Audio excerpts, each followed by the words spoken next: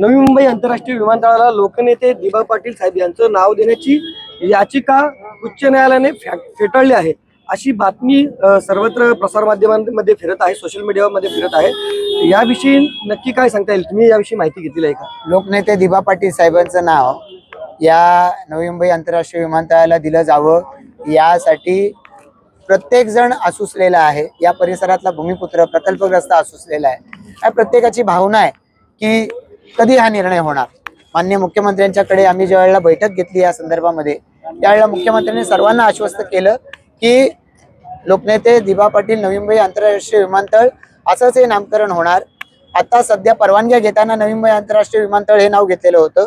या नावाचा आता नामविस्तार होऊन लोकनेते दिबा पाटील नवी मुंबई आंतरराष्ट्रीय विमानतळ असं याचं नाव होणार हे त्यांनी जाहीर केलेलं आहे। आता याची प्रक्रिया केंद्र सरकारच्याकडून पूर्ण व्हावी लागेल।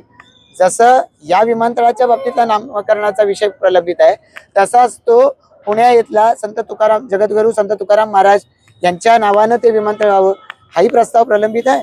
आणि त्याचबरोबरीनं संभाजीनगर इथल्या विमानतळाला संभाजीनगर विमानतळ, छत्रपती संभाजी महाराज विमानतळ हेही नामकरण प्रलंबित आहे।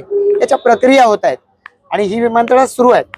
पण साहजिकच आहे की इथल्या प्रकल्पग्रस्तांमध्ये याच्या संदर्भामध्ये मोठ्या प्रमाणात आशा अपेक्षा असल्यामुळे या संदर्भामध्ये वेगवेगळी लोक आपापल्या परीने प्रयत्न करतात। मग कोणीतरी एक याचिका केली आहे। मला अशी माहिती मिळाली की या संदर्भात नेमकं काय चाललंय याची माहिती मिळावी म्हणून याचिका केली, आणि आता मात्र बातम्या सांगितल्या जात असताना त्याचा विपर्यास होतोय असंही मला माझ्या कानावरती आलेलं आहे।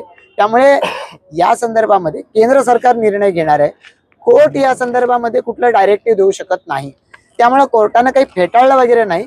कोर्टानं या याचिकेवरती निर्णय द्यायला एका अर्थानं निकाल दिला, निर्णय द्यायला मनाई केली आहे असं आपण फार फार तर म्हणू शकतो की हा केंद्र सरकारचा भाग आहे, याच्यात आम्ही याच्यात कुठला निर्णय देऊ शकत नाही असंच सांगितलं गेलेलं आहे।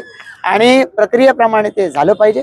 प्रक्रिया लवकरात लवकर व्हावी ही आपली तुमची आमची सगळ्यांचीच अपेक्षा आहे, आणि आमची या ठिकाणी निश्चितपणाने ती अपेक्षा आहे तो दिवस लवकरात लवकर यावा अशीच आमच्या सगळ्यांची इच्छा आहे।